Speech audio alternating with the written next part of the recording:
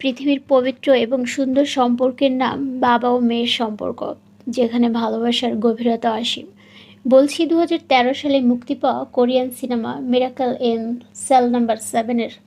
গল্পের প্রতিটি পরতে পরতে পাওয়া যায় বাবা ও মেয়ের গভীরতা এবং অনুভূতি।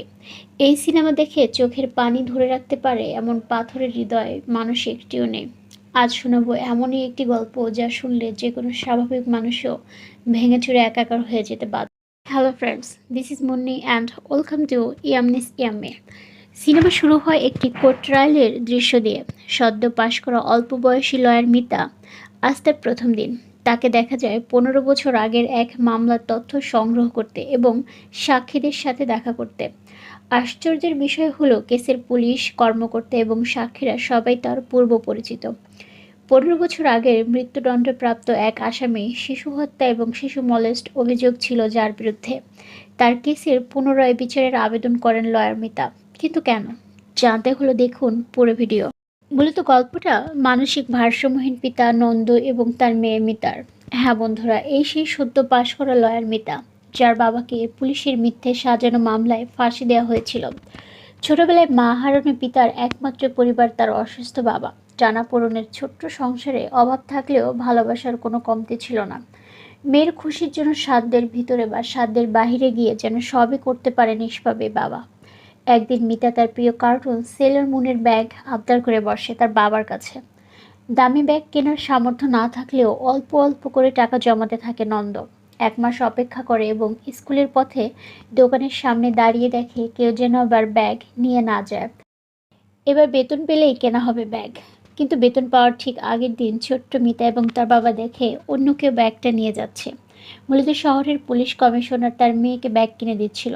তারা দৌড়ে যায়, সহজ সরল মনে অনুনয় করতে থাকে ব্যাগটি না কেনার জন্য, কারণ ব্যাগটি মিতাকে কিনে দেবে বলে প্রমিস করেছিল নন্দ। কিন্তু দেখতে বয়স্ক হলেও মানসিক দিক দিয়ে ভারসাম্যহীন হওয়ায় তার এই আচরণ দেখে রেগে যায় পুলিশ কমিশনার। উল্টে নন্দকে মেরে বের করে দেয় দোকান থেকে। কিছুদিন পর পার্কিং লটে বসে টাকা গুনছিল নন্দ। সেই ছোট্ট মেয়েটি দেখে তার কাছে এগিয়ে আসে এবং নন্দকে বলে, এই ব্যাগ অন্য দোকানে আছে, আপনি সেখান থেকে কিনতে পারবেন। আমার সাথে আসুন, আমি দেখিয়ে দিচ্ছি। খুশিতে উচ্ছ্বাসিত হয়ে বাচ্চার পিছু পিছু রওনা হয়। মেয়েটি দৌড়ে আগে চলে যায়। হঠাৎ করে একটি চিৎকারের শব্দ শুনে নন্দ গিয়ে দেখে রাস্তার মোড়ে রহস্যজনকভাবে চিৎ হয়ে পড়ে আছে বাচ্চাটা। মাথা ফেটে রক্ত ভেসে যাচ্ছে, কপালেও আঘাতের চিহ্ন। কেউ যেন থেতলে দিয়েছে মাথা। পার্কিংয়ে কাজে ফায়ার সার্ভিসের এক ট্রেনিংয়ে সিপিআর শেখানো হয়েছিল।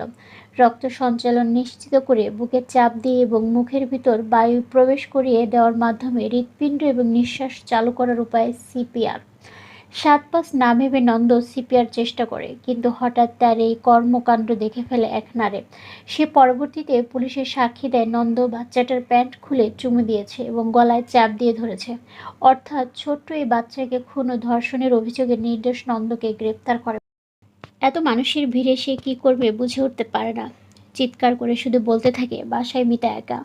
পুলিশ স্টেশনে তাকে বাসায় যাওয়ার মিথ্যে প্রলোভন দেখিয়ে মিথ্যে স্টেটমেন্টে সাইন করে নেয় পুলিশ। ওইদিকে অনেক রাত পর্যন্ত তার বাবার জন্য অপেক্ষা করে মিতা, কিন্তু তার বাবা আর আসে না। পরের দিন মিতা একা স্কুলের পুরনো ব্যাগ নিয়ে বেরিয়ে পড়ে। এদিকে নন্দকে ক্রাইম স্পটে নিয়ে আসা হয়, চারদিকে পুলিশ এবং মিডিয়া।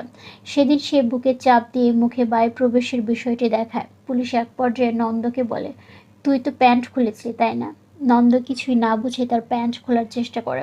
তার অসুস্থতা এবং অদ্ভুত ব্যবহারের জন্য মিডিয়া, পুলিশ, জনগণ সবাই তাকে ভুল বোঝে, তিলকে তাল বানিয়ে প্রচার করে। নন্দর অবুঝ মন কীভাবে মেয়েটিকে বাঁচাতে চেয়েছিল সেটাই সে দেখাতে চেয়েছিল, কিন্তু সে আরও ফেঁসে যায়। এদিকে মিতা লোকজনের ভিড় দেখে এদিকে আসে। হঠাৎ লোকজনের টেনা হেঁচড়ার কারণে নন্দর মাস্ক খুলে যায়। দেখেই বাবা বাবা বলে ডাকতে থাকে মিতা, কিন্তু মিতাকে আটকে রেখে নন্দকে নিয়ে যায় পুলিশ এবং তাকে কারাগারে পাঠিয়ে দেয়। কারাগারে এসে সে একটি টেলিফোন দেখে কল করতে চায় মিতাকে, কিন্তু জেলার সেটা দেখে টেলিফোন দিয়েই তাকে মারতে থাকে আর বলে, এখন নিজের মেয়ের কথা মনে পড়ছে, অন্যের মেয়ের কথা ভাবনি। সেল নাম্বার 7, হ্যাঁ, এখানেই পাঠানো হয় নন্দকে। এরা সবাই এই সেলের সদস্য। এর নাম রাউডি, সে এই সেলের লিডার, সবাই তাকে মান্য করে। ভিতরে আসা মাত্রই তারা কেস ফাইল পড়তে থাকে। যখনই জানতে পারে সে শিশু রেপ এবং হত্যা মামলার আসামি, তারাও সবাই ইচ্ছে মতো মারতে থাকে। অসহায় বাবা শুধু তার মেয়ের কথাই ভাবে। এখানে সেলের সব কয়েদির কষ্টের করুণ কাহিনীও দেখানো হয়। একদিন অন্য সেলের এক কয়েদি তাদের নেতাকে ধারালো কিছু দিয়ে আঘাত করার চেষ্টা করে। নন্দ সেটা দেখে দৌড়ে এসে তাকে ধাক্কা দিয়ে বাঁচায়, কিন্তু নিজে আঘাতপ্রাপ্ত হয়। তার এই কর্মের জন্য সেলের সবাই খুশি হয় এবং জিজ্ঞাসা করে, তুমি কি চাও? তোমাকে এখানে সেটাই এনে দেওয়া হবে। তখন সে ভেজা চোখে জবাব দেয়, আমাকে আমার মেয়েকে এনে দাও। অপরদিকে মিতাকে অনাথ আশ্রমে দিয়ে দেওয়া হয়। খ্রিস্টানদের এক উৎসবে গির্জার নানদের সাথে কারাগারে হাজির হয় গীতা। গানের ফাঁকে সে লুকিয়ে নেমে আসে স্টেজ থেকে। নন্দের সেল সঙ্গীরা চিপসের বক্সে করে কারারক্ষীদের চোখ ফাঁকি দিয়ে নিয়ে আসে সেল নাম্বার 7-এ। এতদিন পর বাবা মেয়ে একসাথে হতে পেরে আনন্দে আত্মহারা হয়ে যায়। এক কয়েদি সাজার ভয়ে বিরোধিতা করলেও বাবা মেয়ের ভালোবাসা দেখে মন গলে যায়। মিতাকে ফেরত দিতে যাওয়ার সময় দেরি হয়ে গেলে তাকে ফেলেই ফিরে যায় তার গানের দল। সেল নাম্বার 7-এই থেকে যায় মিতা। রাতে বাবা মেয়ে শুয়ে গল্প করছিল। এমন সময় কনস্টেবল মেয়েদের আওয়াজ পেয়ে আসে, কিন্তু তাকে ভুলভাল বোঝায় যে তারাই মেয়ের কণ্ঠে কথা বলছিল এবং মজা করছিল। পুলিশ কনস্টেবল চলে যায়। এভাবে আরও একদিন চলে যায় কারাগারে। পরের দিন এক কয়েদি জানায় জেলে উৎসব হচ্ছে এবং গানের দল আসছে, কিন্তু যখনই মিতাকে সেখানে দিয়ে আসে দেখা যায় বৌদ্ধরা ধ্যান করছে। অতএব তাকে আবার নিয়ে আসা হয় সেল নাম্বার 7-এ। এদিকে কারাগারের জেলার অনুষ্ঠানের ছবিগুলো দেখছিল। সে খেয়াল করে প্রথম ছবিতে ছোট্ট মেয়েটি থাকলেও পরের ছবিগুলোতে নেই। তল্লাশি চালানো হয় কারাগারে। ধরা পড়ে যায় বাবা এবং মেয়ে। মারতে মারতে নন্দকে পাঠানো হয় অন্ধকার সেলে। তখন প্রচুর বিদ্যুৎ চমকাচ্ছিল এবং ঝড় হচ্ছিল। নন্দ শুধু চিৎকার করে একটা কথাই বলছিল, স্যার, আমার মেয়ে ঝড় বৃষ্টি খুব ভয় পায়, আমাকে আমার মেয়ের কাছে যেতে দিন। অন্যদিকে মিতাকে আশ্রমে পাঠিয়ে দেওয়া হয়। সে জানালার পাশে বসে কাঁদছিল। অর্ডেন তাকে রুমে গিয়ে ঘুমাতে বলে। সে শুয়ে শুয়ে তার বাবার কথাই ভাবছিল। এদিকে কারাগারে সেই কয়েদি মানসিকভাবে উগ্র হয়ে কারাগারের এক কোণে আগুন লাগিয়ে দেয়। সবাইকে বের করতে গিয়ে নিজেই আটকে যায় জেলার। সেটা আবার বের হয়ে যাবার সময় নন্দর চোখে পড়ে। সে অন্যদের বললেও কেউ তার কথার গুরুত্ব দেয় না, তাই সে নিজেই আগুনে ঝাঁপিয়ে পড়ে তাকে বাঁচায়। এতে জেলারের মনে খটকা লাগে যে ফেরেশতার মতো মানুষ নিজের জীবনের তোয়াক্কা না করে তাকে বাঁচিয়েছে। সে কি আসলেই অপরাধী, যাকে সে এতবার মেরেছে? সে এদিকে স্কুল মিস করায় স্কুলের ম্যাম তার বাবাকে ডাকতে বলে। তখন মিতা বলে, যদি আপনার কাছে আইডি কার্ড থাকে তাহলে চলুন আপনি আমার বাবার কাছে। ম্যাম তাকে নিয়ে তার বাবার কাছে দেখা করতে যায়। দেখা হয় বাবা এবং মেয়ের। এসব আবার পাশে থেকে দেখছিল জেলার। জেলার দেখে সবাই অন্যদিকে ব্যস্ত থাকলেও নন্দ চুপ করে এক পাশে বসে থাকে সব সময়। এদিকে জেলার তাদের রুমে একটি গিফট পাঠায়।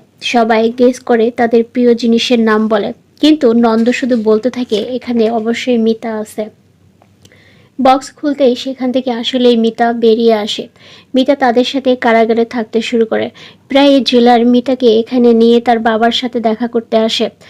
মিতা সবাইকে লেখাপড়া শেখায়, তার বন্ধুর মোবাইল এনে বাকিদের পরিবারের সাথে কথা বলার সুযোগ করে দেয়। এভাবে ভালোই কাটছিল তাদের দিন। কয়েদিরা তার কেস নিয়ে চিন্তাভাবনা করতে শুরু করে। এক সময় তারা তার সমাধানও করে ফেলে। মূলত দুর্ঘটনার দিনে আবহাওয়া ছিল -18 ডিগ্রি, যার কারণে রাস্তা পিচ্ছিল হয়। বাচ্চাটি চিৎ হয়ে পড়ে মাথার পিছনে আঘাত পায়। তার সময় সে হাতের কাছে থাকা একটি রশি ধরে টান দেয়। রশির উল্টো পাশে বেঁধে রাখা একটি ইট তার মাথার উপর পড়ে এবং মাথা থেতলে যায়। তার সাথীরা তাকে একটি কাগজে সবকিছু লিখে দেয় সে কোর্টে কি জবানবন্দি দেবে। সে দিনরাত সেটি মুখস্থ করতে থাকে। অন্যদিকে জেলারও তার কেস নিয়ে তদন্ত করতে শুরু করে। সে আসলে সত্যিটা জানতে চায় এবং অবশ্যই জানতে পারে। তাই সে মেয়েটির বাবা অর্থাৎ পুলিশ কমিশনারের কাছে যায় এবং জানায় রিপোর্ট মিথ্যে ছিল এবং তাকে ফাঁসানো হয়েছে, সে নির্দোষ, আমি তদন্ত করেছি। এসব শুনে কমিশনার প্রচণ্ড রেগে যায় এবং নন্দের উকিলকে ঘুষ দিয়ে নন্দের সাথে দেখা করে বলে, যদি আদালতের শব্দ স্বীকার করে না নেয় তাহলে মিতাকে মেরে ফেলবে। এমন হুমকির মুখে স্তব্ধ হয়ে যায় নন্দ।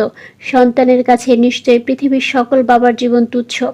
আদালতে তাকে বারবার প্রশ্ন করা হলে সে তার মেয়ের কথা চিন্তা করে শব্দ স্বীকার করে নেয়। যদিও ফরেনসিক রিপোর্ট অনুযায়ী ধর্ষণের কোনো আলামত ছিল না, গলা টিপে হত্যার কোনো প্রমাণ ছিল না, কিন্তু ক্ষমতার অর্থের নিচে সবই ধামাচাপা দেওয়া হয়। এমনকি আসামি যে মানসিকভাবে অসুস্থ সে বিষয়টি ধামাচাপা দেওয়া হয়। তার ফাঁসির আদেশ হয়। ফাঁসির মাত্র কয়েকদিন বাকি। সেলের সহ জেলের বাকি কয়েদিরাও বিষয়টি নিয়ে আফসোস করতে থাকে। তখন তারা খেয়াল করে সেলের দেওয়ালে আঁকা একটি ছবি, জেল এবং জেলের বাহিরে একটি বড় এয়ার বেলুন। জেলের সব কয়েদিরা মিলে পরিকল্পনা করে তাদের বেলুনে করে জেল থেকে বের করে দিবে। পরিকল্পনা অনুযায়ী তারা কাজ শুরু করে। একটি অনুষ্ঠানে তারা বাবা মেয়েকে বেলুনে উঠিয়ে রশি ভুল করে ছেড়ে দেওয়ার নাটক করে রশি ছেড়ে দেয়। ততক্ষণও কিছু পুলিশ বুঝতে পারে তারা রশি টেনে ধরতে গেলে কয়েদিরা পুলিশদেরকে ধরে রাখে। কিন্তু ভাগ্যের নির্মম পরিহাস, বাবা মেয়ে একটি উপরে উঠতেই জেলের তার কাটায় রশি আটকে যায়। যদিও কয়েদিদের এসব পরিকল্পনা বাবা মেয়ে কিছুই জানত না। তারা বেলুনে আটকে সেখানেই তারা তাদের স্বপ্নের দিনটি পূরণ করে। নিশ্চুপ আকাশের দিকে তাকিয়ে থাকে আর তার সঙ্গীরা তাদের দিকে তাকিয়ে থাকে। পরের দিন ছিল মিতার জন্মদিন এবং একই দিনে নন্দের ফাঁসির দিন। মিতার জন্মদিন পালন করা হয় কেক কেটে। সেল নাম্বার 7-এর সব আঙ্কেলরা তাকে অনেক রকমের উপহার দেয় এবং সবশেষে উপহার পায় সে তার বাবার থেকে একটি হলুদ রঙের তার প্রিয় ব্যাগ। শেষবারের মতো করিডোরে মেয়েকে কোলে নিয়ে বিদায় জানাতে আসে নন্দ। আবেগে এই দৃশ্য দেখে কাঁদেনি এমন পাথর হৃদয় পৃথিবীতে একজনও নেই। সময় যাচ্ছে আর নন্দ বুঝতে পারছে এটাই তার শেষ দেখা। চলে গিয়ে বারবার ফিরে আসে নন্দ আর চিৎকার করতে থাকে। ভারসাম্যহীন হলেও সে বুঝে গেছে সে ভুল করেছে। নন্দ চিৎকার করে বলতে থাকে সে ভুল করেছে, সে তার মেয়ের জন্য মিথ্যা বলেছে, সে নির্দোষ, সে মিথ্যা বলেছে কোর্টে। তাকে মাফ করে দেওয়া হোক, তাকে ফিরিয়ে দেওয়া হোক তার মেয়ের কাছে। একদিকে সন্তানকে চিরতরে একলা রেখে চলে যাওয়ার সময় এক মানসিক ভারসাম্যহীন পিতার কান্না, অন্যদিকে পিতার কান্না দেখে কাঁদতে থাকা ছোট্ট শিশু মিতার কান্না। করুণ এই কান্নায় চারপাশ ভারী হয়ে ওঠে। নিঃসন্দেহে আমার জীবনে দেখা হৃদয় বিদারক দৃশ্য এটি। আপনি যতই পাথর হৃদয়ের মানুষ হন না কেন, চোখের পানি ধরে রাখা অসম্ভব। এভাবেই মিতা তার ফেরেশতার মতো বাবাকে চিরতরে হারায়। জেলের মিতাকে দত্তক নেয় এবং সেই মিতাই আজকে আইনজীবী হয়ে প্রমাণ করতে সক্ষম হয় তার পিতা নির্দোষ ছিল। বাবাকে সেই হারালেও তার প্রাপ্য সম্মান তাকে ফিরিয়ে দেয়। যে জেলের দেয়াল পেরিয়ে তারা মুক্ত পাতে সে হারিয়ে যেতে পারেনি। বহু বছর পর আজ সে তার প্রিয় বাবাকে মিথ্যের বেড়াজাল থেকে মুক্তি দিতে সক্ষম হয়েছে। সিনেমার শেষ হয়। আমার দেখা সবচেয়ে নির্মম সুন্দর ইমোশনাল সিনেমার একটি এই মিরাকেল ইন সেল নাম্বার 7। সন্তানের প্রতি বাবার ভালোবাসা কত বিশাল জানতে বা মন ভালো করতে পুরো সিনেমাটিও দেখতে পারেন। আরও একবার কেমন লাগলো কমেন্ট করে জানাবেন। খুব শীঘ্রই ছোট্ট শিশুর এমন আরও একটি ভিডিও আসতে চলেছে। ভালো লাগলে চ্যানেলটি সাবস্ক্রাইব করবেন। ভালো থাকুন। আসসালামু আলাইকুম।